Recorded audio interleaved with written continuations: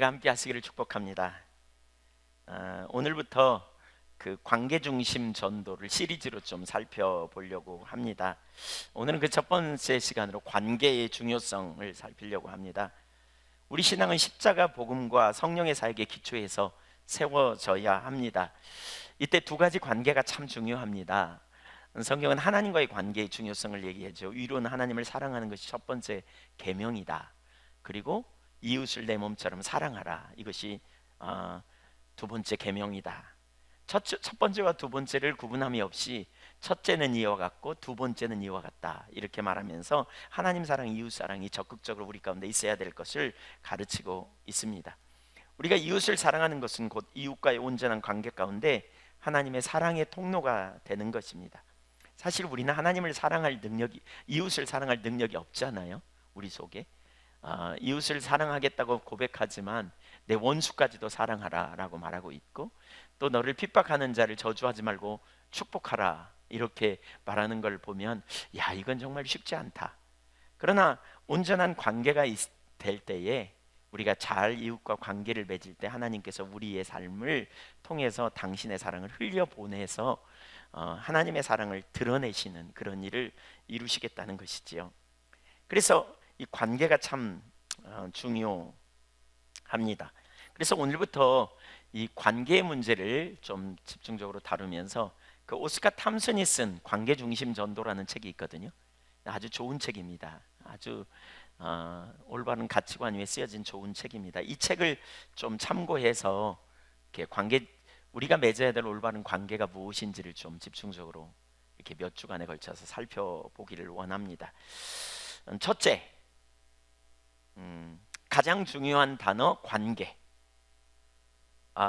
오스카 탐슨은 세상에서 고유 명사를 제외하고 가장 중요한 단어는 관계다라고 말합니다. 그랬더니 어떤 사람이 오스카 탐슨 박사에게 와서 그렇게 많이 물었다는 거예요. 관계보다 사랑이 더 중요하지 않습니까? 그때 오스카 탐슨은 사랑은 관계라는 철로를 통해 흘러 들어갈 수 있기 때문에 관계가 중요하다. 올바른 관계를 가질 때에 하나님의 사랑이 그 관계를 통해서 흘러 들어갈 수 있기 때문에 관계를 잘 갖는 것이 중요하다라고 말합니다. 우리가 오늘 좀 전에 읽었던 요한일서 1장 3절은 우리 신앙을 요약해서 사귐, 친밀한 관계라고 말하고 있거든요.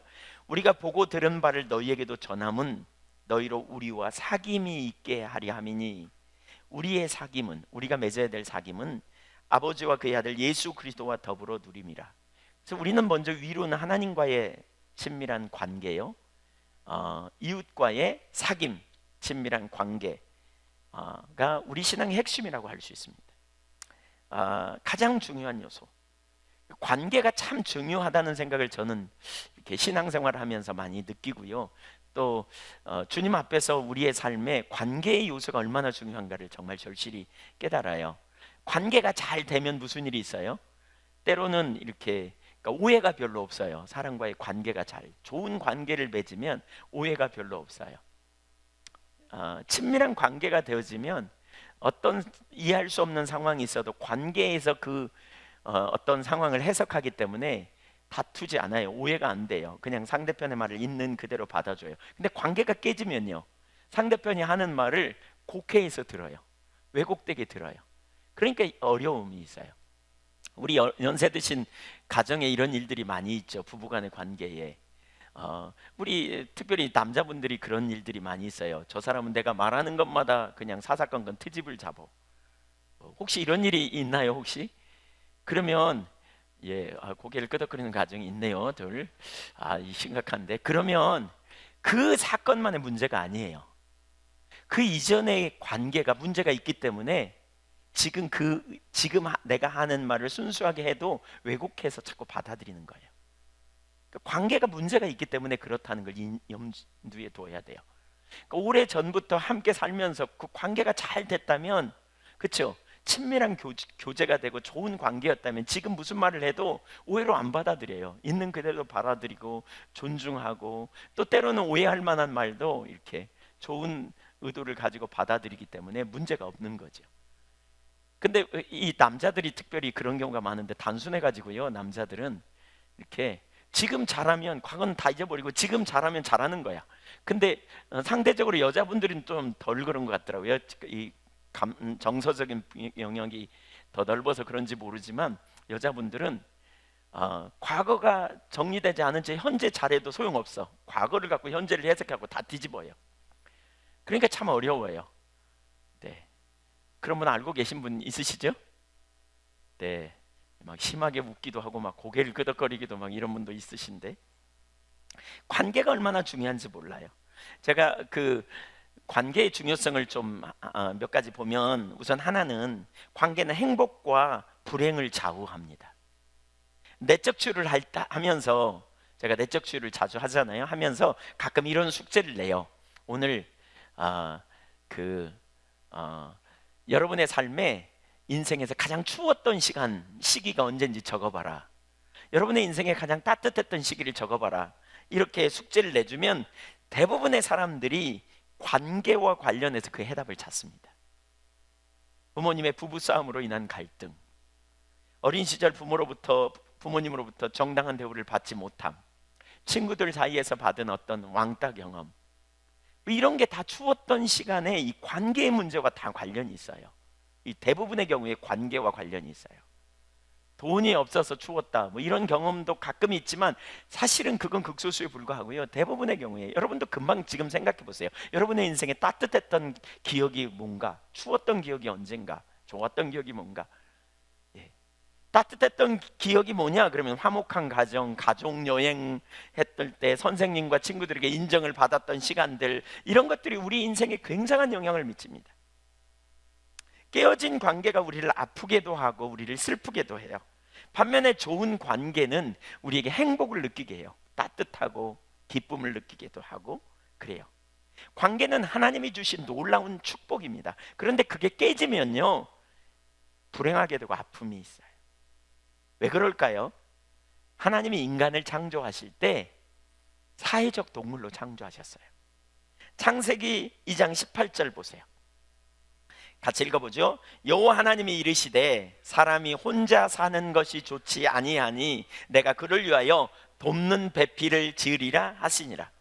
그래서 아담의 갈비뼈를 취하여 돕는 배필을 지어줬더니 2장 23절에 아담이 이르되 이는 내 뼈 중에 뼈 살 중에 살이라 이렇게 말해요. 사람은 혼자 살 수 있는 게 아니에요. 모든 사람이 인간관계를 맺으며 살도록 하나님이 의도하셨어요. 그래서 인간을 사회적 동물이라 이렇게 표현하잖아요. 그래서 어떤 사람의 인생을 가만히 살펴보면요, 그 사람의 행복, 그 사람의 질, 삶의 질은 살면서 사귀는, 만나는 사람들과의 인간관계에 비례해요. 그래서 사람은 함께 하는 것을 참 좋아해요. 누군가가 원하는 존재가 되고 싶어하고 누군가에게 필요한 존재가 되기를 원해요. 누군가에게 인정받기를 원하고 누군가를 섬기기 원하는 자리에 있기를 원하는 마음, 거기서 행복을 느끼는 거죠. 삶의 풍성함은 온전한 인간관계 속에 있어요.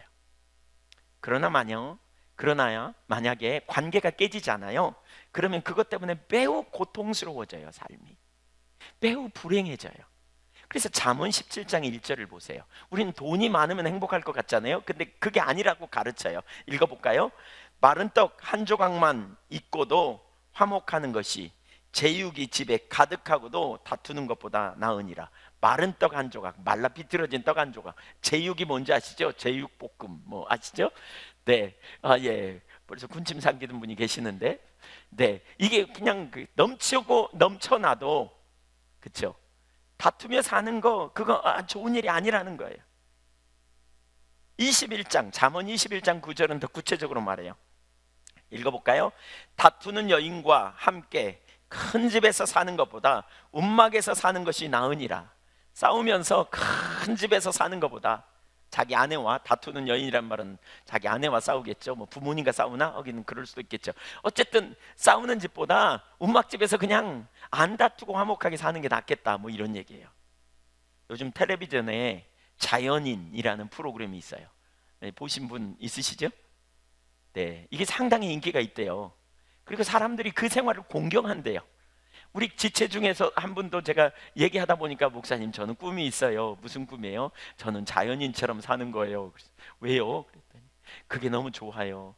빨리 빨리 일 그만두고 어디 산이나 바닷가에 가서 혼자 살래요. 예, 제가 신앙인 맞아? 이런 생각이 들었어요. 네, 왜 그걸 동경할까요? 왜 거기 그런 삶을 사모할까요? 왜 그럴까요? 관계 문제가 있는 사람들이에요. 그 프로를 보세요. 다 관계로 인한 아픔이 있었던 사람들이 거기 가서 혼자 사는 거예요. 혼자 사는 것이 좋아 보이죠. 자유스럽고 훌을 털고 편안하게 잘 살고 뭐 그래 보이죠. 근데 그 사람들의 이야기를 가만히 보니까요, 그 이면엔 외로움이 뚝뚝 묻어 떨어져요. 인간은 혼자 살 수 있는 존재가 아니란 말이에요. 많은 인간관계 갈등 속에 이 고통이 있기 때문에 그걸 피하고 싶어요. 이런 갈등은 우리에게 아픔을 주고 상처를 입힙니다. 사실 그래서요, 싸우는 동안 우리는 생산적인 일을 하지 못합니다. 싸우게 되면 파괴적인 자성을 갖게 되기 때문에 자꾸 다른 사람에게 문제를 야기시키고 자꾸 어려움을 주는 자리에 서기가 싶어요. 싸움에 소요되는 에너지가 너무 크기 때문에. 그래서 갈등이 심한 가정, 부부간의 갈등이 심하거나 또는 어떤 인간관계 어려움이 있으면요, 그 일하는 자체보다 그 관계로 인한 어려움 때문에 피하고 싶고 도망가고 싶은 마음이 우리 가운데 많이 생기지요. 직장생활 하면서도 그렇고 가정에서도 그렇고. 그래서 그냥 뚝 떨어져서 혼자 살면 좋겠다 뭐 이런 생각하는 거죠. 갈등이 있으니까. 관계가 얼마나 중요한지 보이신가요, 여러분? 여러분은 지금 행복하십니까? 여러분 지금 평안하십니까? 아니면 그냥 여러분은 불편하십니까? 재산의 소유의 여부와 관계없이 관계가 너무너무 중요하다는 사실을 우리에게 가르쳐주고 있어요, 성경은.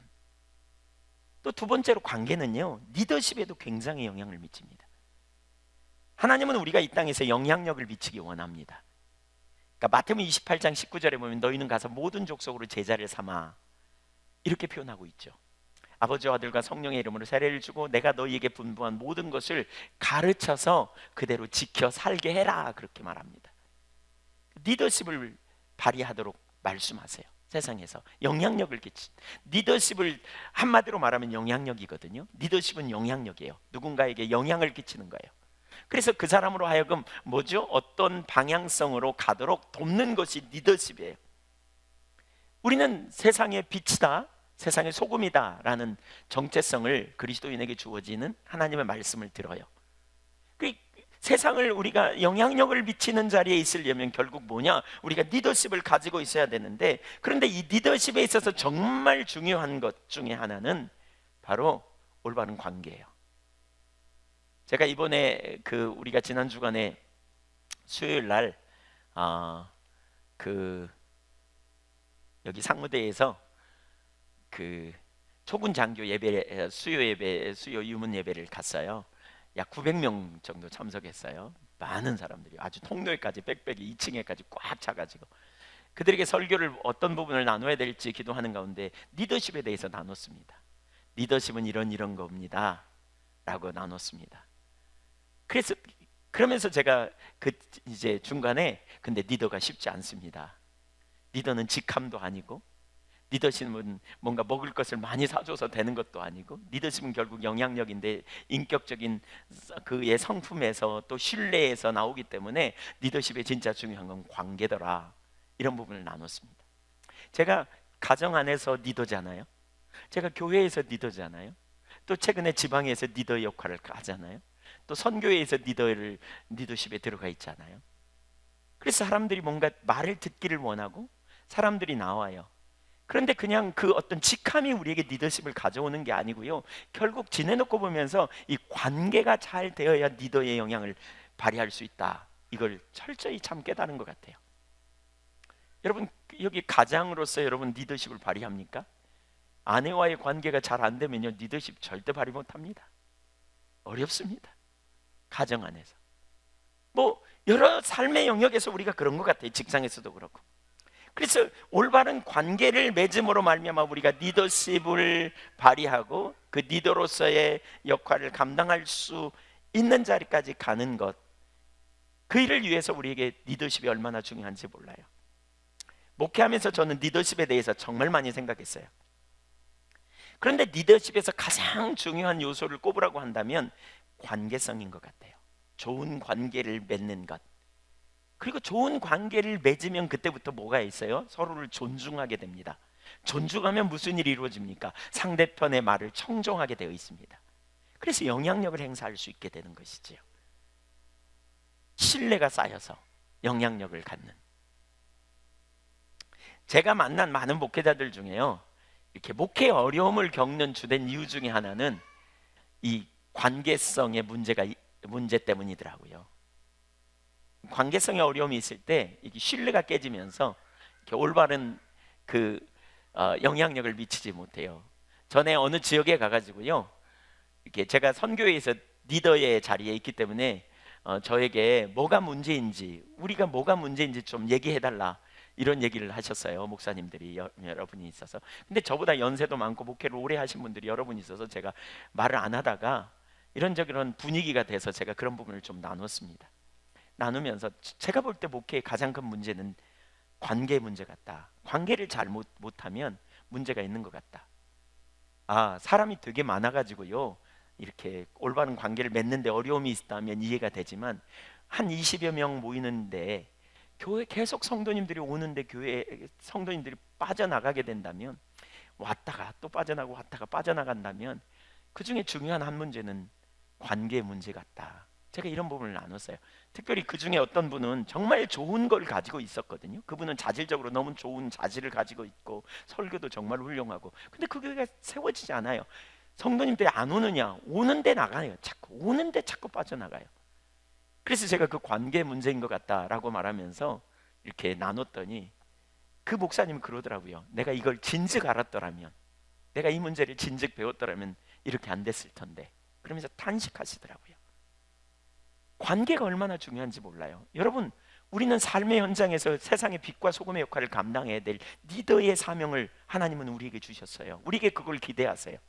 그런데 여러분이 만약에 그런 리더의 역할을 감당하지 못하는 그 자리에 있다면 매우 심각한 결과를 가져오겠죠. 오스카 톰슨 박사는 이렇게 말해요. 사람이 외톨이가 되면 존재의 목적이 상실된다. 왜냐하면 하나님이 그리스도인들의 삶을 통해 다른 사람들을 사랑함으로써 하나님의 성품을 드러내기 때문이다. 바꿔 말하면 이런 거예요. 우리가 맺는 관계를 통해 하나님이 그분 자신과 그분의 성품을 우리를 통해 드러내기 원하는데, 만약에 우리가 다른 사람과의 관계를 못 맺고 외톨이처럼 있다면 이 땅에 존재하는 목적이 없다는 거죠. 상실된다는 거죠. 하나님께서 우리를 통해 하나님의 목적을 이루는 관계로 이렇게 이루시는 것도 관계를 통해 이루시는데, 그러한 것을 상실해버리면 안 된다는 거죠. 관계는 길이에요.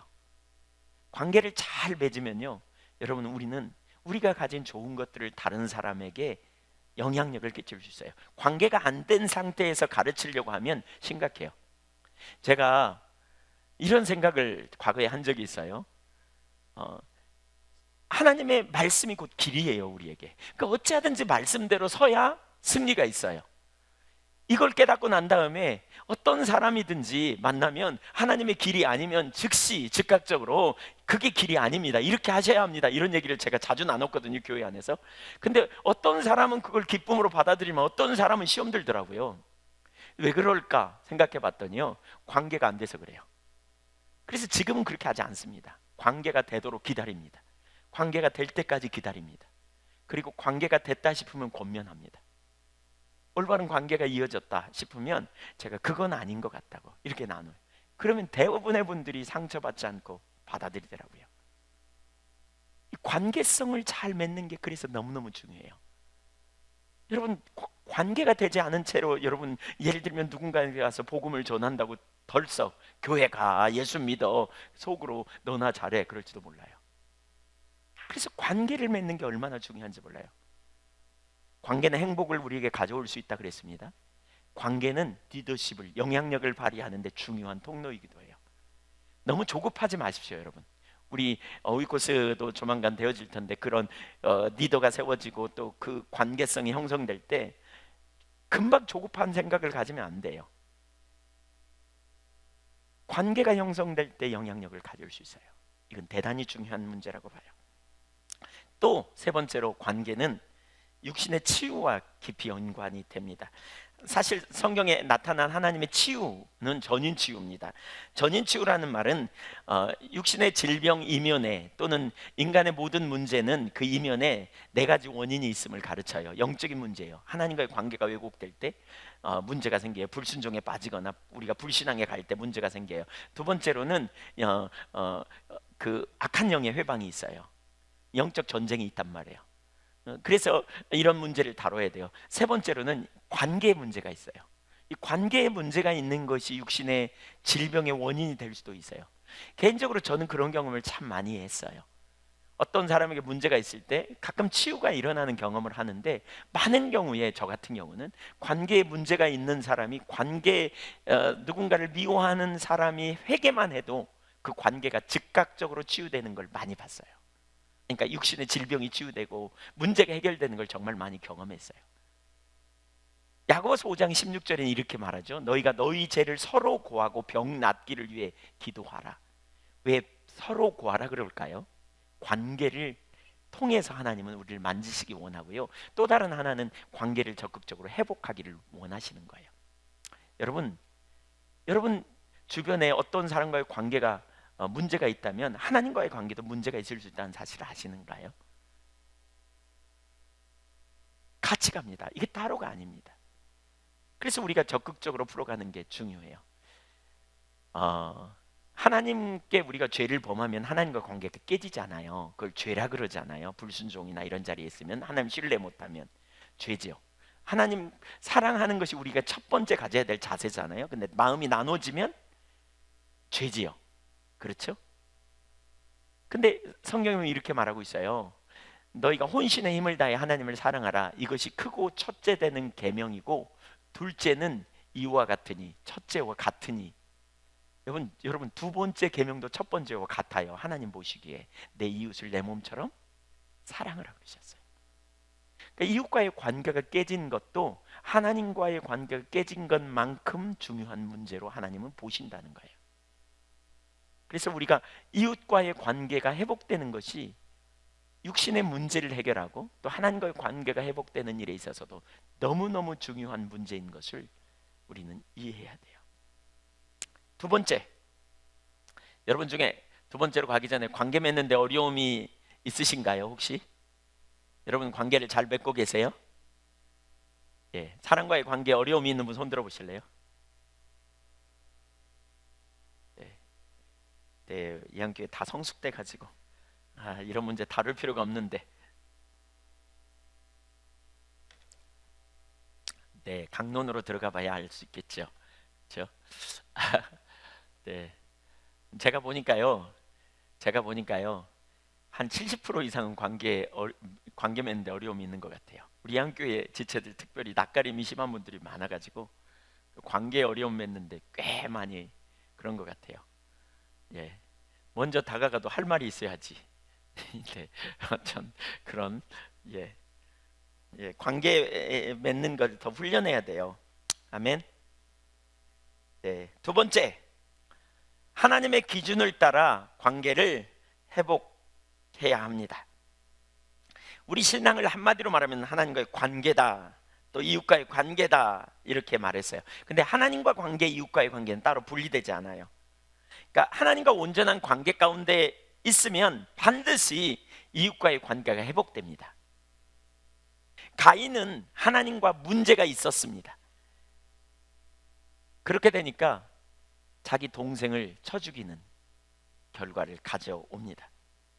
인간관계는 엄밀한 의미에서 하나님과 나와의 관계를 반영한다고 볼 수 있어요.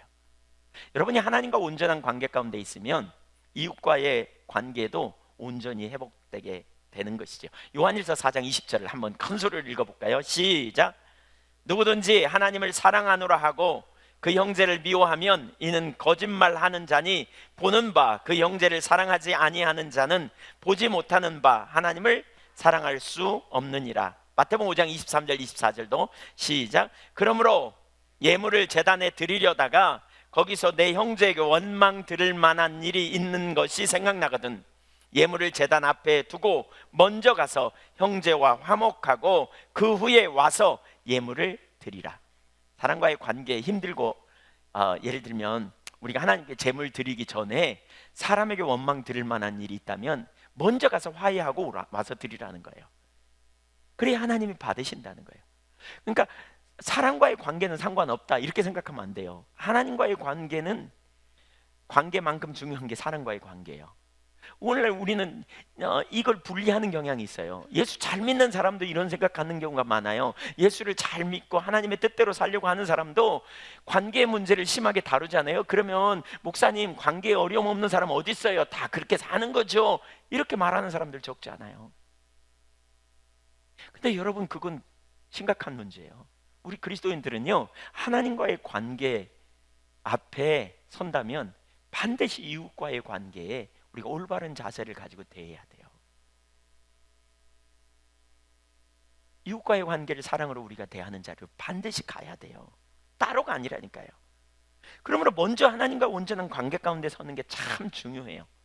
사실 하나님과의 온전한 관계 가운데 있을 때 우리 마음이 어떻게요? 자유함이 있죠. 기쁨이 있죠. 하나님이 나를 아시면 충분하다 이런 의식이 있어요. 그렇게 될 때 우리가 어떻게 해요? 그분의 기준을 가지고 상대편을 대하게 돼요. 이웃을 대하게 돼요. 그래서 적극적으로 회복하는 자리로 가요. 하나님이 우리를 구원하신 주된 목적 중에 하나는 선한 일을 행하게 하기 위함이다. 그러니까 에베소서 2장 8절 9절 10절에 보면 영어로 말하면 by grace, 은혜로 우리의 구원은 은혜로 받았어요. 하나님의 아들 예수 그리스도가 우리를 위해 죽으심으로 은혜로 구원받았고요. through faith, 믿음으로 우리가 구원받았어요. 그러면서 뭐라 그러느냐? 그 이유, 그 목적이 뭐냐? for라는 단어로 나타나는데 그 이유가 뭐냐? 2장 10절 같이 읽어볼까요? 시작. 우리는 그가 만드신 바라 그리스도 예수 안에서 선한 일을 위하여 지으심을 받은 자니 이 일은 하나님이 전에 예비하사 우리로 그 가운데서 행하게 하려 하심이라. 선한 일을 위하여, 그리스도 예수 안 선한 일을 위하여 선한 삶을 사실 수 있기를 바랍니다. 왜 아멘 안 하세요? 선한 일을 사십시오. 선이 뭐예요? 그런데 문제는 선의 기준이 뭐냐? 이게 이제 기독교 윤리의 핵심인데요. 기독교인이 가져야 될 윤리, 선의 기준이 뭐냐? 선의 기준이 뭐냐? 창세기 1장 31절을 한번 보십시오. 같이 읽어볼까요? 하나님이 지으신 그 모든 것을 보심에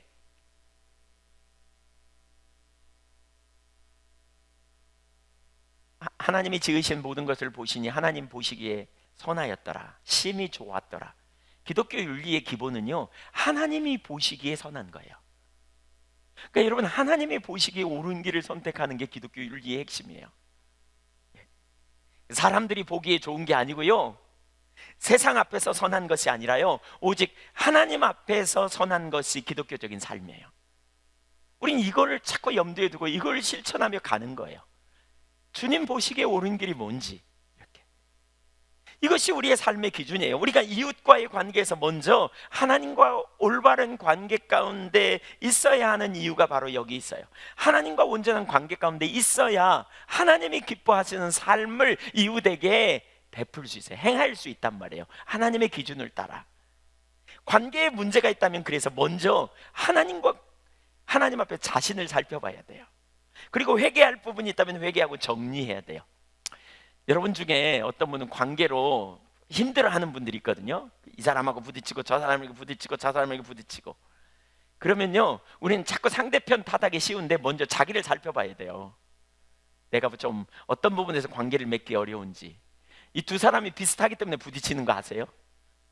예, 한 사람만 문제가 없어도요 이렇게 수용하기가 쉬워요. 물론 그런 사람들이 있어요. 자기 주장이 강하고 고집부리고 아나무인이고 입만 열었다 하면 끊임없이 말하고 이런 사람들 옆에 함께 하기는 참 쉽지 않을 수도 있어요. 그러니까 피하죠. 근데 계속 부딪히는 사람들끼리는요 이게 서로 문제가 있는 거예요. 만약에 한 사람이 좀 그런 관계에 문제가 없다면요 한 사람이 부딪히려고 와도 싸버려요. 그러니까 별로 문제가 없어요. 근데 그게 안 되기 때문에 부딪히는 거예요. 그래서 여러분 계속 인간관계에 부딪힌다면 자신을 살펴봐야 돼요. 내가 뭐가 문제인지, 내 마음에 어떤 부분이 있는지 이런 부분을 찾아볼 필요가 있어요. 그리고 그런 부분을 회개하고요, 정리해야 돼요. 그리고 하나님의 기준을 따라 깨어진 관계를 회복하기 위해 상대편을 사랑으로 섬기고 그에게 필요를 채워주려고 하는 자리로 가야 돼요. 이 오스카 탐슨이 쓴 책 가장 첫 부분에 나오는 한 예를 제가 소개하려고 하는데요. 짐이라고 하는 어떤 학생이, 이 오스카 탐슨 박사가, 이제 이분은 지금 소천했고요. 이분이 그 교수로서 강의할 때 찾아왔어요. 그래가지고 이렇게 말해요. 자기 가정의 얘기를 해요. 자기 가정이 깨졌다는 거예요. 자기 아버지는 대형 트럭을 가지고 사업을 하시는 분인데, 자기 아버지가 자기 아버지의 가업을 이어받기를 원했다는 거예요. 근데 이 학생은 신학교에 가기 위해 이렇게 가겠다고 부모님께 말하자 부모님이 반대해요. 그러나 그 짐은 신학대학원에 들어갔고, 그로 인해 부모님과 관계가 깨지기 시작해요. 금이 가기 시작했어요. 그가 이렇게 말합니다. 그 전까지는 부모님과 무척 가까웠어요. 하지만 그 일이 있은 후 부모님께서는 저를 못 본 채 하시고 저도 부모님을 무시해 왔습니다. 마음이 아프지만 그래도 저는 예수님을 섬길 것입니다. 가족들이야 각자가 알아서 살면 되겠죠. 올바른 자세예요? 틀렸어요? 틀렸어요. 뭐가 문제예요? 부모님에 대해 이런 자세를 취하는 건 올바르지 않아요. 그래서 톰슨 박사가 이렇게 말합니다. 짐, 정말 하나님과 바른 관계를 가진 사람이 부모님과의 관계에 금이 간 채 살 수 있다고 생각하시나요? 짐은 부모님의 필요를 채워드려야 해요. 부모님을 사랑해야 합니다. 그러자 짐은 그 말씀에 공감하고, 그런데 내가 어떻게 해야 될지 모르겠다고 말해요. 그러자 톰슨 교수가 이렇게 말합니다. 먼저 당신의 마음 안에 있는 쓴뿌리를 해결하세요. 그리고 부모님을 위해 중보하세요. 깨어진 관계를 바로 잡아야 합니다. 그래서 짐은 부모님을 위해 기도하기 시작했습니다. 그리고 상한 마음을 가지고 수업 시간에 들어와서 자기 동급 함께 수업 받는 학생들에게 도움을 청합니다. 나를 위해 기도해 달라고, 우리 부모님을 위해 기도해 달라고. 그가 이렇게 기도했어요. 하나님 아버지, 저희 아버지가 하나님을 아시는지조차 저는 알 수 없습니다. 그러나 부모님에 대한 저의 태도가 잘못되었음을 고백합니다. 제 태도를 용서해 주시고 제가 부모님의 필요를 채워드릴 수 있도록 도와주세요. 그리고는 짐은 기도를 마친 다음에 즉각 부모님께 편지를 썼어요. 자신의 쓴뿌리와 깨어진 관계에 대한 용서를 구하는 편지. 그리고 부모님께 마지막으로 사랑한다고 고백하면서 편지를 보냈어요. 그런데 편지가 가는 그 중에, 그러니까 편지가 부모님께 도착하기 전에, 그러니까 편지를 쓴 바로 그 다음 날, 그 아버지가 그 지역을 지나다가 전화를 하온 거예요. 그러면서 아들아, 이번 주에 내가 달라스를 지나게 되었단다. 네 얼굴을 좀 봤으면 좋겠는데. 그러자 짐이 좋아요 아버지. 그리고 토요일 날 오후에 대형 트럭 한 대가 짐의 기숙사 앞에 멈춰 섰다. 그리고 기숙사 문을 나서자마자 짐은 눈물을 흘리며 서 있는 아버지를 보았다.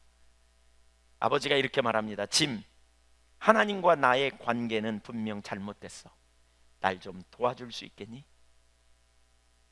편지가 도착하기 전에 이렇게 짐이 하나님의 기준을 따라 자기가 회개하고 아버지를 위해 기도하고 편지를 보내니까, 그 편지가 가는 중간에 하나님이 아버지에게 일하신 거예요. 그 아버지가 놀라운 전환이 일어난 거예요. 놀라운 회복이 일어난 거예요. 미국의 어떤 치유사역자가 그런 표현을 해요. 어떤 사람이 기도받기를 위해 나왔대요. 근데 그를 위해 기도하려고 손을 얹는 순간에 그런 감동이 있었대요. 자매와의 관계에 그러니까 그 깨어진 관계가 있다고. 그래서 물어봤더니 없다고 그러더래요. 근데 더 구체적으로 성령께서 깨닫게 하셨대. 그 동생이 사귀던 남자친구를 이렇게 채가지고 가버린 거죠. 그런 감독에서 그런 부분을 물어봤더니 막 울면서 그래서 자기 동생을 자기가 미워한다고 보지도 않는다고 그랬대요. 온몸이 관절염으로 고통당하는 그런 자매인데, 근데 하나님께서 그런 마음을 주신다고, 자매가 동생을 용서하면 치유될 것 같다고. 그래서 그 말을 듣고 갔는데요, 용서하고 싶은 생각이 없는 거예요. 근데 몸이 너무너무 아프니까 결국 용서하기로 작정하고 하나님 앞에 회개하고 기도하고, 그리고는 편지를 써가지고요, 온 힘을 다해 차를 타고 우체통에 가가지고 편지를 떨어뜨리는 순간 몸이 깨끗하게 치유됐다는 거예요. 하나님의 진리에 동의하는 삶, 이게 얼마나 강력한지. 너무나 놀라운 관계 회복이 일어난 거죠. 깨어진 관계 가운데 있으면서 우리는 하나님을 기쁘시게 할 수 없어요. 하나님은 깨어진 관계를 회복하라고 명하세요. 우리가 믿는 하나님이 기뻐하시는 삶을 우리가 매 순간 삶에서 선택하는 것은 바로 하나님 되심을 인정하는 행위입니다. 사실 관계가 깨어지면요, 우리가 나타나는 특징 중에 하나가 뭐죠? 올바르지 않은 태도가 나타나죠. 자꾸 그 사람 얘기만 해도 섭섭하고요, 그 사람에 대해서 얘기할 때 불편한 마음이 생기고요, 자꾸 왜곡된 생각이 생각나고요, 안 보고 싶고요, 이런 일들이 있어요. 관계가 깨어지면 태도에 그 상대편에 대한 태도에 불편한 마음이 있기 때문에 자꾸 그런 태도를 취해요. 여기 짐이 그런 것처럼 상대방에게 분노가 있고 또 무시하는 마음이 있기 때문에 존중하는 마음을 갖지 않고 알아서 되겠지, 하나님이 알아서 하시겠지, 나는 나대로 살래, 이런 자세로 가기가 쉽다는 거죠. 근데 그렇게 살면 안 되잖아요. 우리는 육체의 소욕을 따라가는 게 아니라 성령의 소욕을 따라가야 되잖아요. 성령의 진리를 따라가야 되잖아요. 그렇다면 무엇보다 우리가 뭐가 문제인지 살펴야 돼요. 사실 여러분이 누군가에 대해서 관계가 깨져 있고요, 누군가를 생각하면 마음이 불편한 마음이 들고, 누군가를 생각하면 그분에 대해 말할 때 좋은 말이 안 나오고 부정적인 말이 나오고, 자꾸 뭔가 그 사람이 잘못됐다고 말하고 싶고 그걸 알리고 싶어 하고, 이런 생각이 여러분에게 든다면 여러분의 안에 쓴뿌리가 있는 겁니다. 그 이면에 쓴뿌리가 있어서 그렇습니다. 그것이 형제든, 그것이 부모님이든, 또는 자녀든, 또는 직장에서 동료든, 상사이든, 혹은 옆집 사는 사람이든지 상관없이 누군가에 대해서 얘기할 때 불편한 마음이 들어요. 생각하면 불편해. 멀리서 있을 때는 안쓰러워. 근데 만나면 불편해. 부모님이나 가까운 친정, 애증관계가 있기 때문에 쓴뿌리가 있기도 하고 또 사랑이 있기도 하고, 그렇기 때문에 멀리서 생각하면 안쓰러워. 근데 가까이 가면 싫어. 그냥 사사건건 잔소리해. 그래서 다투고 나와. 올 때는 좋은 마음으로 갔다가 다투고 나와. 다시는 오나 보라. 그냥 명절 때는 그냥 마음이 아프니까 돈이나 좀 보내드리고 뭐나 좀 보내드리고 안 가. 왠 줄 아세요? 쓴뿌리가 있어서 그래요. 쓴뿌리가 있으면 절대로 올바른 태도가 나오지 않아요. 올바른 말이 나오지 않아요. 부정적인 말이 나오고 부정적인 안목을 우리가 갖게 돼요. 그래서 상대편에 대해서 절대로 좋은 생각이 나오지 않아요. 여러분 중에 혹시 그런 사람 계신가요? 누군가에 대해서 여러분은 혹시 쓴뿌리가 있지 않나요? 히브리서 12장 15절 보세요.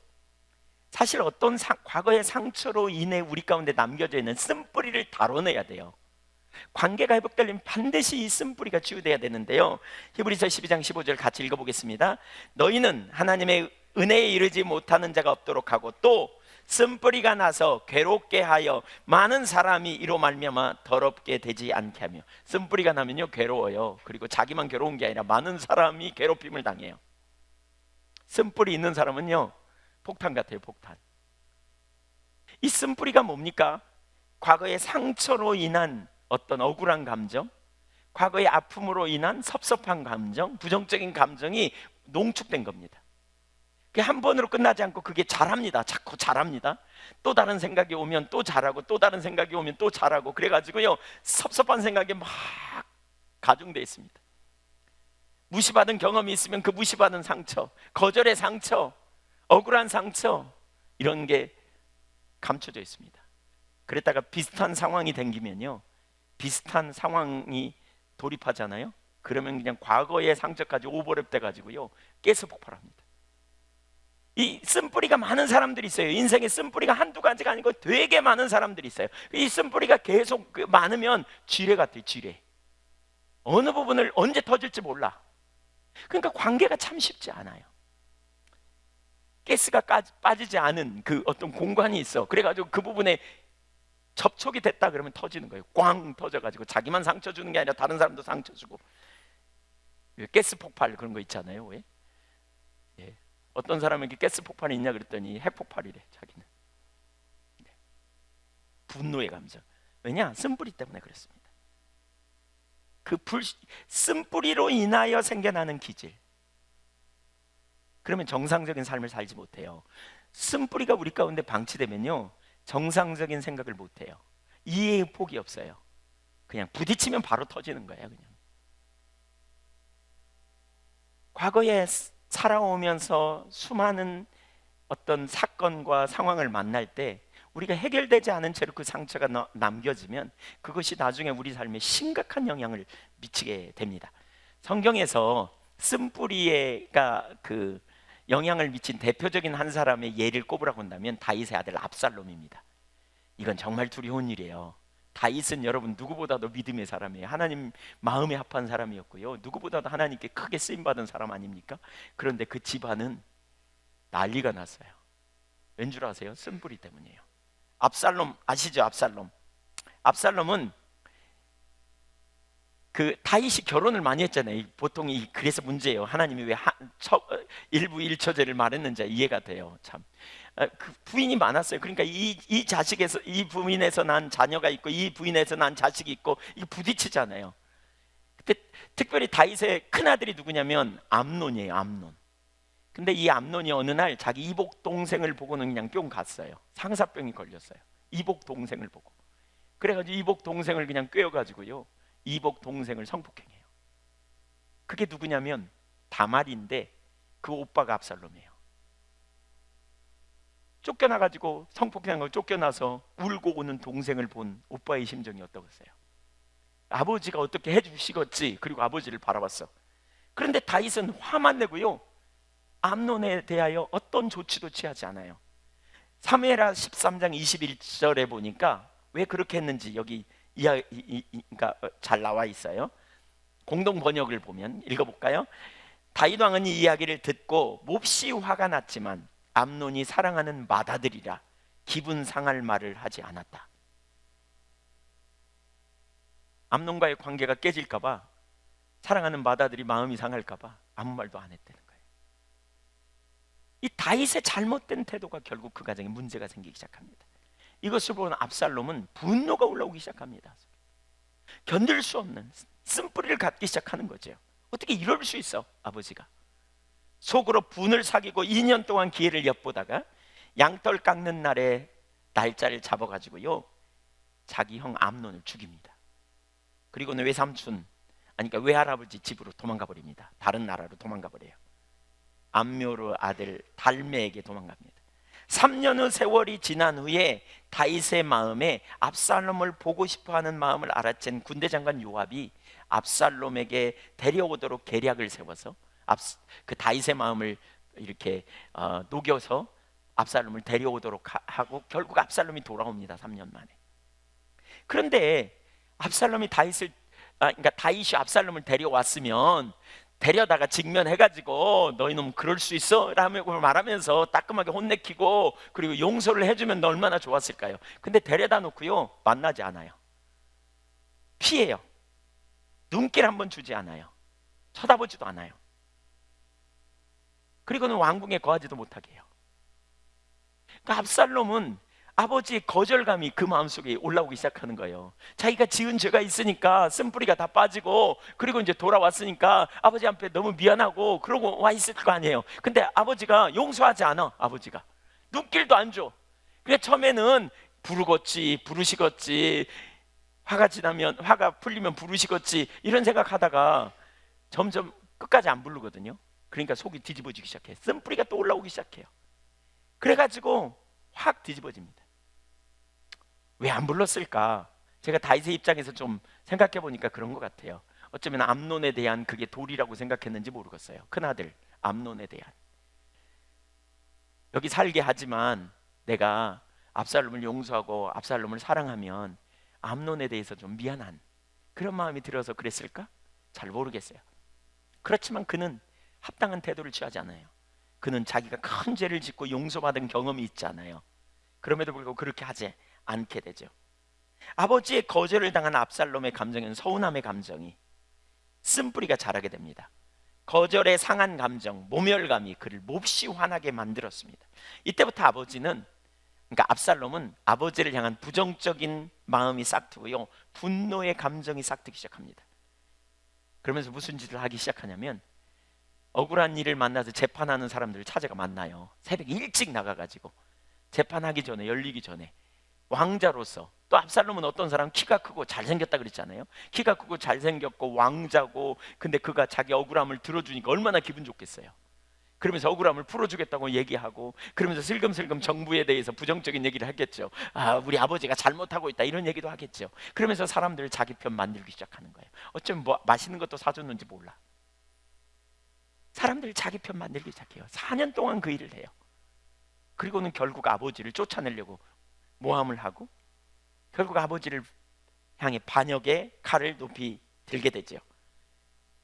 그리고 아버지를 쫓아낸 다음에 그가 예루살렘 성에 가가지고요, 대낮에 사람들이 보는 앞에서 아버지의 후궁을 겁탈합니다. 차례대로. 너무나 끔찍한 일을 저지르죠. 철저히 망가진. 왜 이렇게 인간 같지 않은 일을 저질렀을까? 쓴뿌리 때문에 그렇습니다. 쓴뿌리. 상한 감정을 그냥 두면 여러분 절대로 해결 안 됩니다. 관계가 깨지는 주된 이유가 여기 있습니다. 그래서 에베소 4장 26절에 보면 분을 내어도 죄를 짓지 말고 해가 지도록 분을 품지 말고, 이렇게 말했어요. 이렇게 해야 돼요. 그렇지 않으면 그 틈 사이로 마귀가 파고들어 감정을 더 상하게 만들어요. 여러분, 마귀는 기가 막히게 인간관계를 깨뜨리려고 잘 그 틈을 헤집고 들어오는 놈이에요.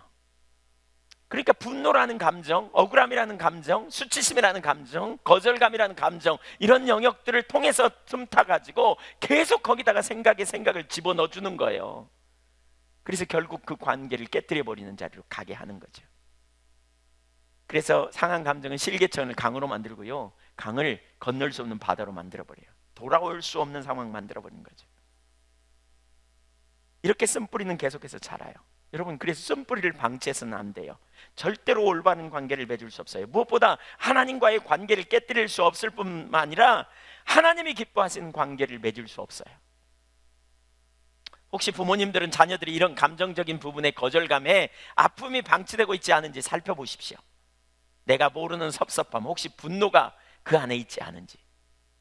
또 자녀된 여러분은 이런 쓴뿌리의 감정을 가지고 여전히 과거에 여러분의 부모님이 혹은 여러분의 누군가가 여러분을 상처를 준 것에 대한 쓴뿌리를 아직도 해결하지 않은 채로 간직하고 있지 않은지 살펴보십시오. 여러분, 부모님에게 이런 쓴뿌리를 가지고 있어서 별로 만나고 싶어 하지 않을 수도 있어요. 여러분 중에 어떤 분은. 또는 형제들에게 그렇게 할 수도 있고요, 직장 동료나 상사에게 그렇게 할 수도 있어요. 과거의 삶의 현장에서 만난 어떤 사람들에 대해서 그러한 부분들이 있다면 그걸 적극적으로 다루십시오. 그냥 보내지 마십시오. 그것이 그리스도인의 삶이에요. 여러분, 우리는 끊임없이 하나님과 만남을 통해서 뭐예요? 우리가 하나님의 은혜를 경험하고 영적 성숙의 자리로 가야 되는데, 영적 성숙과 관련해서 아주 중요한 건 결국 뭐냐? 우리 안에 쓴뿌리가 제거되는 거예요. 쓴뿌리가 제거돼야 우리가 사람을 하나님의 기준으로 대하고 환경을 하나님의 기준으로 대할 수 있어요. 그러나 쓴뿌리는 뭐냐? 폭탄과 같다니까요. 지뢰 같다니까요. 만나면 건드리면 터져버려요. 올바른 관계성에서 잘 인내를 가지고 대하는 이런 관계가 될 수 없기 때문에 문제가 생기는 거예요. 그래서 내적 치유에서 다루는 중요한 문제 중에 하나가 쓴뿌리예요. 무엇보다 중요한 게 그거예요. 여러분은 하나님을 사랑하십니까? 대답해 보세요. 여러분 하나님 사랑하십니까? 여러분 현재 그리스도인입니까? 하나님 여러분에게 은혜를 주셨습니까? 그렇다면요, 그 감정을 숨긴 채 그냥 보내서는 안 돼요. 성령의 조명으로 내 마음에 누군가에 대한 불편함이 있다면 그 불편함이 어디서부터 왔는가를 보게 해달라고 구하셔야 돼요.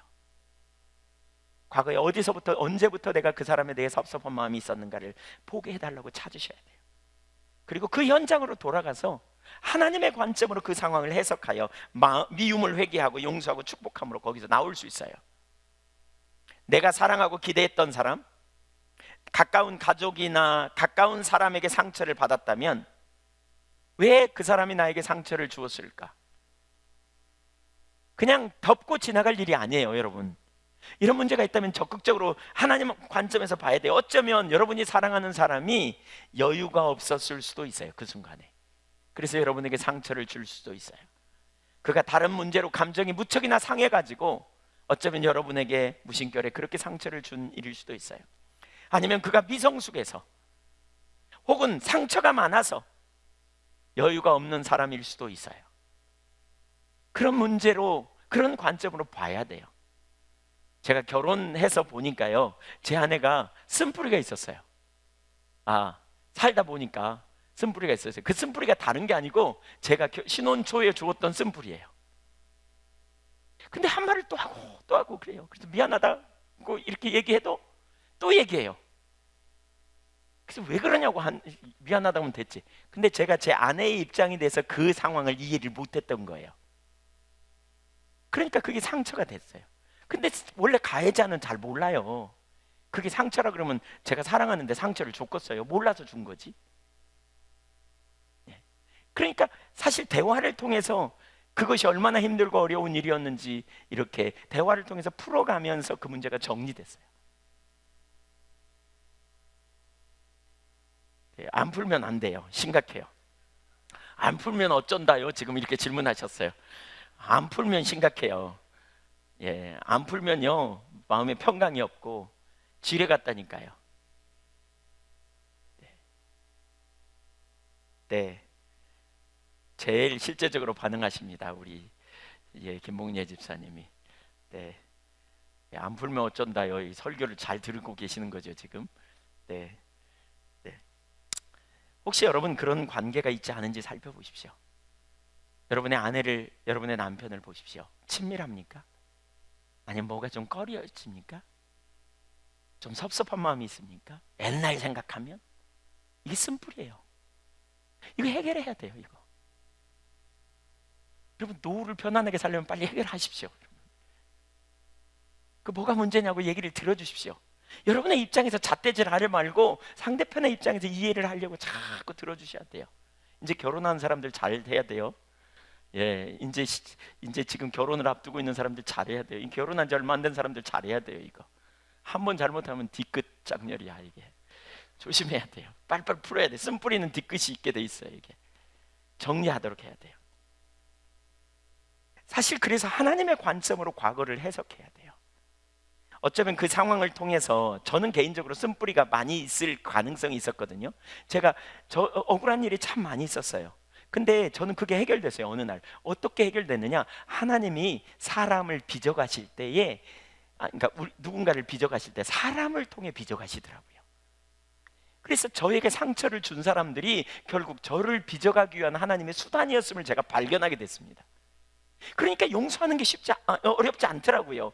사실 하나님의 다루심을 통과하는 가운데 억울함을 경험하지 않은 사람은 한 명도 없을 거예요. 다윗 보세요. 사울에게 쫓기면서 얼마나 억울했겠어요. 요셉 보세요. 말할 수 없이 고통스러웠을 거예요. 근데 다 해결했어요. 왜요? 하나님의 관점으로 그게 보여야 돼요.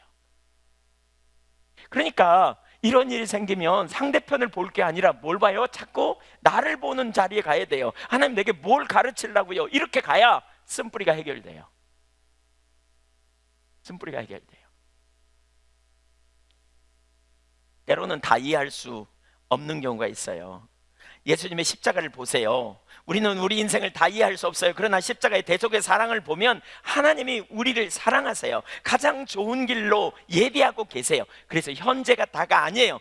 하나님은 우리를 영원한 나라를 예비하셨고요, 그날에는 다 드러나게 될 거예요. 용서 못할 일이 없죠. 하나님 앞에 가면 하나님은 아시거든요. 하나님이 여러분의 상황을 다 아세요. 그리고 여러분이 하나님 앞에 가서 여러분의 쓴뿌리를 터뜨려 버리고 해결하면 주님께서 여러분을 위로하시고 여러분의 억울함을 해소시켜 주실 줄로 믿습니다. 지금 섭섭한 마음이 저 밑바닥에 있다면 바로 그 자리로 가서 먼저 하나님 앞에 회개하십시오. 정말 중요한 게 이겁니다. 여러분, 쓴뿌리가 있다면 회개부터 해야 합니다. 섭섭함이 있다면 회개부터 해야 돼요. 회개해야 하나님의 길이 보여요. 그 인간이 잘못했는데 내가 회개할 게 뭐예요? 그거 놔두고요, 지금 내가 그리스도인으로서 하나님 앞에 내가 뭐 하고 있어요? 내가 섭섭한 마음을 품어요. 섭섭함은 죄예요. 미움은 죄예요. 판단은 죄예요. 후욕은 죄예요. 상대편이 어떻든지 상관없이 내가 지금 죄를 범하고 있는 거예요. 그래서 그거부터 회개하는 거예요. 하나님 앞에 하나님의 하나님 되심을 인정하는 거죠. 그리고 나서 하나님 앞에 서면 하나님의 관점을 우리 가운데 알게 해주세요. 비춰주세요. 그래서 제일 먼저 할 일은 회개하는 거예요. 회개하는 것. 그 사람에 대한 올바르지 않은 태도도 회개하는 거예요. 그리고 상대편을 하나님 앞에서 용서하는 거예요. 왜요? 하나님이 용서하라고 하셨으니까. 내가 예수님의 이름으로 누구누구를 용서합니다라고 선포하는 거예요. 그리고 상대편을 정말 사랑하기로 선택하는 거예요. 용서했다 그러면서 사랑은 못하겠네 이렇게 생각하면 안 돼요. 그 용서가 안 된 거예요. 완전한 용서는 사랑까지 가는 거예요. 사랑하기로 선택하는 거예요. 하나님, 나를 통해 그 사람의 필요를 채워주세요라고 고백하는 자리까지 가는 거예요. 구체적으로 짐이 그런 것처럼, 짐이라는 아까 그 학생이 그런 것처럼, 이건 요셉 이야기를 봐도 우리가 알 수 있어요. 요셉이 어떤 일을 했습니까? 요셉은 쓴뿌리를 갖기로 했다면 매우 심각했을 겁니다. 형님들에게 팔렸습니다. 그리고 보디발 장군의 아내에 의해 억울한 누명을 쓰고 감옥에 갇혔습니다. 얼마나 마음속에 쓴뿌리가 자리 잡혔다면 컸을까요? 못 견뎠을 거예요. 그가 애굽의 총리가 되자마자, 아마 제가 애굽의 총리가 됐다면, 제가 요셉이라면 제일 먼저 보디발 장군 집에 가서 소리쳤을 거예요. 나와! 그러면서. 얼마나 억울했겠습니까? 근데 요셉은 그렇게 하지 않았습니다. 어떻게 그럴 수 있었을까요? 요셉은 이미 해결됐습니다. 하나님의 관점이 그에게 있었습니다. 그래서 나중에 형님들이 와가지고 잘못했다 그랬더니, 형님들이 나를 팔았지만 하나님이 당신들의 악을 선으로 바꾸셔서 우리 민족을 구원하기 위한 계획이었습니다. 이렇게 이미 결론을 내립니다. 그는 쓴뿌리가 해결됐어요. 오히려 형님들을 위로한다니까요. 창세기 50장 20절 보실래요? 한번 그 구절 읽어보죠. 시작. 당신들은 나를 해하려 하였으나 하나님은 그것을 선으로 바꾸사 오늘과 같이 많은 백성의 생명을 구원하게 하시려 하셨나니 당신들은 두려워하지 마소서. 내가 당신들과 당신들의 자녀를 기르리이다 하고 그들을 간곡한 말로 위로하였더라. 요셉은 쓴뿌리를 해결했어요. 그는 하나님의 관점에서 해결했어요. 근데요, 재밌는 장면이 있어요. 요셉이 쓴뿌리를 해결하는 과정에 머리로는 이해됐는데 이 치유의 과정이 있다는 거 아세요? 요셉 이야기를 쭉 읽어보다 보면 요셉은 6번 통곡하며 울었어요. 치유의 과정이 있어요. 때로는 내적 치유를 할 때 억울함의 감정을 하나님께서 만져주실 때 눈물이 나오기도 해요. 통곡하면서 울기도 해요. 요셉은 6번이나 울어요. 마지막으로 이 말을 하기 전에도 울었어요. 그리고 나서 그는 형님들을 완전히 용서하죠. 때로는 억울한 감정을 가지고 하나님께 나가세요. 여러분, 용서하기로 선택하세요. 여러분 안에 쓴뿌리가 있습니까? 방치하지 마세요. 절대로 방치하지 마세요. 쓴뿌리는 가장 가까운 사람에게도 있을 수 있어요. 쓴뿌리는 어렸을 때 부모님에게도 있을 수 있고요, 가장 가까운 여러분 함께 살고 있는 가족에게도 쓴뿌리가 있을 수 있어요. 상처가, 자녀가 부모님에게, 부모님이 자녀에게, 혹은 부부간에 쓴뿌리가 있을 수 있어요. 그때만 생각하면 이런 거 올라오잖아요. 왜 가끔? 왜 그런 거 있죠? 왜? 모르는 것처럼 이렇게 아무 생각도 안 하고 계세요? 있죠? 있나요? 네, 있어요. 그거 해결하세요. 그게 친밀함을 가져오는, 관계를 깨뜨리는 중요한 통로예요. 부모님들이요, 자녀들에게 잘못한 게 생각나거든 적극적으로 얘기해서 쓴뿌리를 치유해 주세요.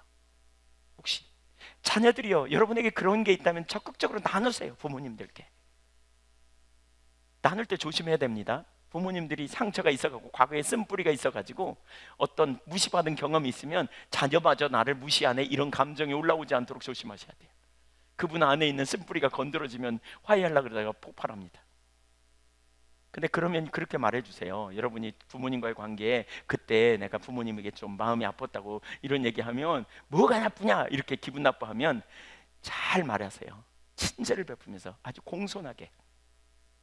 내가 부모님을 공격하는 게 아니고 진짜 엄마 아빠와 사랑의 관계를 갖고 싶어서, 내가 엄마 아빠를 너무너무 사랑하는데 과거에 그 생각하면 마음이 아파서 그거 풀고 싶어서 그런다고, 이렇게 얘기하세요. 그러면서 속마음을 얘기했어요. 난 엄마를 정말, 난 아버님을 정말 존중하고 사랑한다고, 내가 공경한다고.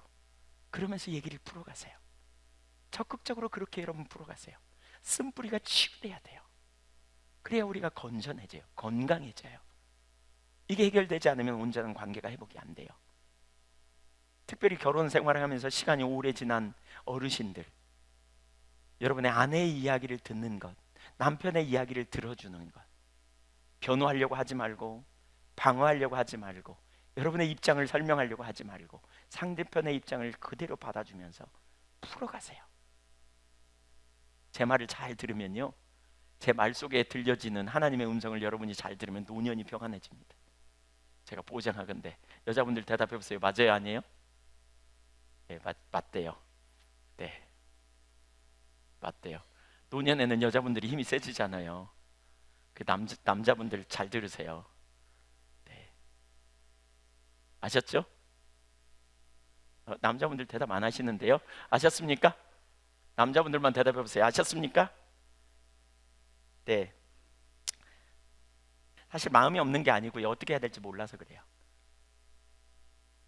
가정이 하나 되기 원하고 친밀한 교제 안 갖기 원하는 분이 없어요, 제가 볼 때는. 근데 어떻게 해야 될지 몰라서 그래요. 적극적으로 풀어가셔야 돼요. 적극적으로. 5월은 가정의 달이에요. 무엇보다 우리가 주님과의 관계 안에서 서로 친밀한 교제로 되어져야 돼요. 관계가 너무너무 중요해요.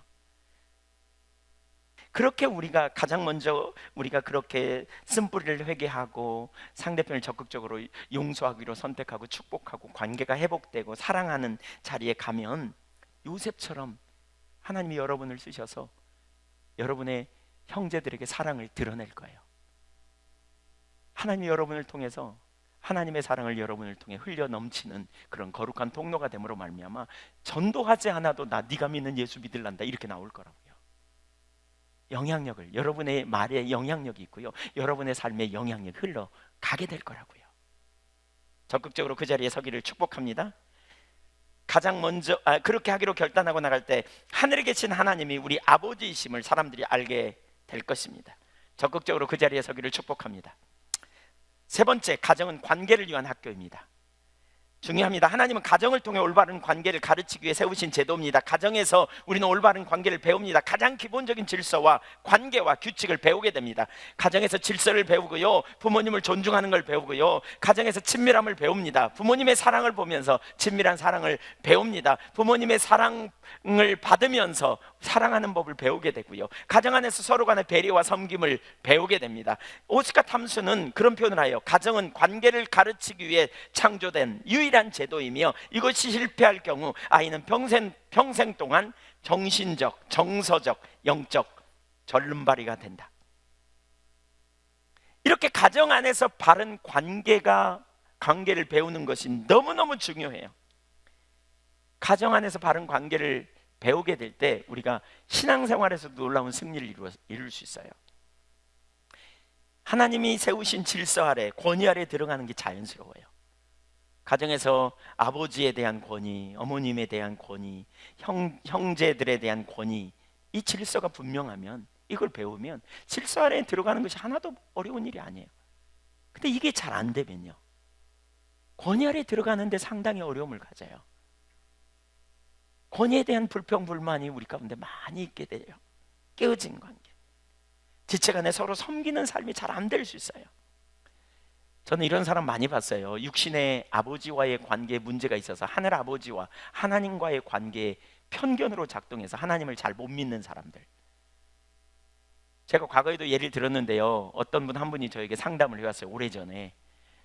그분은 장로교회 안수 집사님이 됐대요. 그런데 목사님이 자꾸 대표 기도를 시키는데 자기가 대표 기도를 하는데 너무너무 두렵다는 거예요. 왜냐하면 하나님 아버지 그러면 그 다음에 할 말이 없대요. 얘기가 안 나온대, 기도가. 그래서 제가 그분의 얘기를 가만히 들으면서 그분이 육신의 아버지와의 관계에 문제가 있는 것 같다는 생각이 들어서 집사님 아버님은 어떤 분이셨어요? 이렇게 물어봤어요. 그랬더니 그 노인네요, 이렇게요. 쓴뿌리가 있는 거죠. 이번에 모 후보가 그랬잖아요. 영감탱이라고. 장인어른을 쓴뿌리가 있어요. 결혼 못하게 했다는 거예요. 이게 쓴뿌리가 있어요. 그 말하는 속에 벌써 쓴뿌리가 들어있어서 그래요. 그러니까 부정적인 생각이 있기 때문에 절대 좋은 말이 안 나와요. 여러분, 쓴뿌리가 있으면 좋은 말이 안 나와요. 좋은 태도가 안 나온다고요. 사랑의 태도가 잘 안 나와요. 쓴뿌리가 있으면 문제가 생겨요. 그래서 그러면서 너무나 많이 아버지가 알코올 중독이어서 어렸을 때부터 두드러 맞고 살림을 다 깨부시고 집안을 풍비박산 내놓고 돌아가셨대요. 그래서 아버지 생각만 하면 이가 갈린대, 치가 떨린대. 무섭고 한편으로는 정은 하나도 없고 빨리 돌아갔으면 좋겠다는 생각이 마음속에 가득했다는 거예요. 그런데 하나님을 아버지라고 부르니 육신의 아버지가 눈앞에 왔다 갔다 하는 거지. 그러니까 할 말이 있어야지. 기도해야 되는데 사실 육신의 아버지와 하나님 아버지는 같지 않죠. 하나님 아버지는 완전하죠, 하늘 아버지는. 그러나 육신의 아버지를 투영해서 육신의 아버지의 경험으로 하늘 아버지에게 나가려고 하니까 걸림돌이 되는 거예요. 자꾸 실패하는 거예요. 그래서 가정 안에서 온전한 관계가 되지 않으면요, 영적으로도 상당히 실패해요. 친밀한 교제 가운데 나아가는 게 어려워요. 아버지가 무뚝뚝하거나 부모님에게 사랑을 받아본 경험이 없다면 하나님과의 친밀한 사랑의 교제가 뭔지 참 어려워요. 이게 치유되지 않으면 어려워요. 그래서 가정을 잘 세우는 게 너무너무 중요해요. 인간관계에서도 마찬가지예요. 여러분, 가정 안에서 정상적인 가정의 기능을 하지 못하는 가정을 역기능 가정이라고 그러거든요. 역기능 가정. 정상적인 가정의 기능을 하지 못하면 가정이 그 역할을 감당하지 못할 때 역기능 가정이 되고, 역기능 가정으로 말미암아 나타난 결과는 성인 아이로 나타날 가능성이 높다, 이런 표현이 있어요. 몸은 성인인데 생각하는 것이나 말하는 것이나 행동하는 거, 이런 게 아이처럼 행동해요. 어떤 영역에서 너무너무 탁월해요. 근데 어떤 영역에 딱 되면 고집을 부리거나 자기 생각대로 가버리거나 의지가 너무 약해갖고 결심하고 뒤집어지거나 사람 말에 막 휘둘리거나 어린아이들처럼 감정적으로 정서적으로 그냥 한 번 고집 부리면 삐지면 그냥 아나무인이고요. 다 분위기 망쳐버리고 애들이나 할 그런 짓을 성인이 하는 거죠. 왜요? 비정상적인 가정에서 자라야 될 영역이 안 자라서 그래요. 정서적인 부분, 감정적인 부분, 의지적인 영역이 제때 안 자라서 그래요. 어렸을 때 정상적인 가정에서 실수도 하고 용납받는 분위기에서 또 어떤 감정도 표현도 해보고 그러면서 감정 표현 이렇게 하면 안 되는구나 그러면서 절제를 경험하기도 하고 그러면서 자라가야 되는데 이런 영역이 안 자랐어요. 어렸을 때부터 일찍 애 노릇해요. 엮이는 가정에서 아이들이 애어른 철이 일찍 들었네 막 이런 말 듣잖아요. 일찍부터 어른처럼 행동하다 보니까 해야 될 영역을 못하니까 못 자란 거죠. 그렇게 되니까 결국 심각한 문제로 가게 되는 거죠. 그래서 사소한 일에 삐지고 고집 부리고 다른 사람 상처 주고 상처받는 거 가만도 안 하고 이기적이고 자기만 알고 남을 배려할 줄 모르고 이러한 자리로 가게 된다는 거죠. 그렇게 되면 주변 사람들이 엄청나게 상처받죠. 특히 가족들이. 그리고 이런 상처가 있으면 대물림돼요. 또 자녀들이 상처받고 또 자녀들이 그런 상처받고 성인 아이의 부모를 둔 자녀는 엮이는 가정이라고 할 수 있거든요. 그러면 대물림 되는 거죠. 자녀가 또 그걸 그대로 배우고 또 가게 되고. 여러분, 이런 가정을 원하시나요? 아무도 원하지 않으시죠. 여러분, 가정은 너무나 훌륭한 학교예요. 관계를 배우는. 그리고 관계를 잘 배워서 우리가 아버지로서의 역할을 하는 것은 자신의 롤모델인 아버지를 보고 배우는 거잖아요. 엄마로서의 역할을 감당하는 것은 자신의 롤모델인 엄마를 보고 배우는 거잖아요. 마귀가 그걸 그냥 두고 볼 리가 없어요. 어떻게든지 깨트리려고. 그래서 가정을 깨트리고 부부간의 다툼을 일으키고, 이것은 마귀의 치열한 영적 싸움, 영적인 공격이라고 말할 수 있는 것이죠. 적극적으로 가정을 지키기를 위해 여러분 싸워야 돼요. 가정은 그냥 자연스럽게 굴러가는 거야 라고 생각해서는 안 돼요. 여러분, 가정을 잘 지키기를 힘써야 돼요. 가정을 위해 기도하십시오. 여러분의 가족 구성원을 위해 기도하고요, 사랑으로 섬기고요, 하나 되기를 힘쓰십시오. 그때 하나님께서 여러분의 가정 가운데 주관하시고 통치하시고 운행하심으로 여러분의 가정이 아름답게 세워질 때에 여러분의 자녀들이 그 가정 안에서 아름답게 세워지고 회복되는 놀라운 역사가 있게 될 줄로 믿습니다. 그런 책임이 우리 가운데 있음을 기억해야 돼요. 과거에 신혼 초에 저하고 제 아내하고 이렇게 의견이 좀 달라서 가끔 다퉜어요. 제가 전에도 나눴지만 저는 냄비형이고요, 기질적으로. 제 아내는 무쇠솥형이에요. 냄비는 금방 풀어져요. 금방 식어요. 그러니까 그게 정서적인 거예요. 사람이 좋아서 그런 게 아니고요, 그냥 가벼운 거죠. 어떤 의미에서는 화냈다 식었다 화냈다 식었다 이걸 잘해요. 냄비 스타일. 제 아내는 화도 잘 안 나지만 났다 그러면 안 풀어져요. 잘 이렇게 좀 오래가는 타입이에요. 그러니까 저는 화를 버럭, 제가 되겠네요, 버럭 내놓고 갔다 돌아오면서 여보 그리고 와요. 그러면 제 아내는 그때부터 이렇게 말을 안 해요. 이렇게 달궈져 가고 있어요. 그러면 이제 제가 또 풀으려고 그러다가 안 풀리면 또 화를 내는 거예요. 그리고 또 제 아내는 더 달궈지겠죠. 이렇게 저희 부부가 좀 다투는 자리에 있었어요. 예. 한 번은 이제 삐져가지고요. 저는 이제 둘이 말을 안 해. 이제 저는 예배당에서 책 보고 있고 제 아내는 방에서 책 보고 있는데, 방에 앉아 있었는데 저는 예배당에서 이제 책 보고 기도한다고 앉아 있는데 갑자기 이런 생각이 제게 올라왔어요. 이건 제 생각이에요. 속에 올라온 생각. 너네 여기 뭐 하러 왔냐? 제가 여기서 목회하러 왔지요? 이런 생각이 올라오는 거예요. 여기서 이렇게, 네, 여기서 이쪽에서 이 생각. 근데 맨날 싸우냐? 그러니까 말이에요. 이렇게 생각이 올라와요. 근데 그런 생각, 숨바구니에 갑자기 이런 생각이 탁 들었어요. 싸우는 건, 다투는 건 마귀가 좋아하는 짓인데, 다니던 직장 놔두고 하나님 나라를 위해서 헌신한다고 여기까지 와갖고 마귀가 좋아하는 짓을 하고 있는 저희 부부의 모습이 딱 깨달아졌어요. 순간적으로 정신이 번쩍 나더라고요.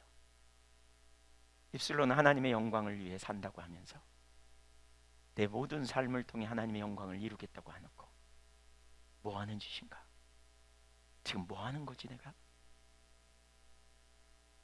회개하려고 하다가 제 아내랑 얘기를 해서 이거 끊어야 되겠다. 그리고 들어갔어요. 그리고 제 아내 옆에 제가 가서 무릎 꿇고 앉았어요. 제가 이런 얘기를 꺼내니까 제 아내도 같이 울었어요. 우리가 지금 뭐 하는 짓인가? 우리가 하나님의 영광을 위해 살고 하나님을 기쁘시게 하기 원하고 우리가 사랑하는 사람을 사랑해서 결혼했는데 마귀를 향해 총질하는 게 아니고 아군을 향해 총질해 서로 사랑하는 사람을 향해 말로 화살을 쏘아대고 상처를 주고 이런 자리에 가 있는 거, 이게 얼마나 치명적인 일일까? 그렇잖아요? 일 그만둬야 되겠다. 그래서 저희가 그날 3가지를 정했어요. 누구 편 될 건지 앞으로 싸울 땐 정해놓고 싸우자. 사실 제가 많이 어겼습니다.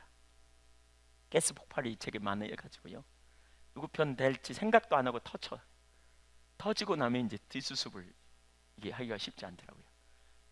근데 사실 하나님 편에 되기를 결정한 거죠. 2번째는 우리가 아무리 싸워도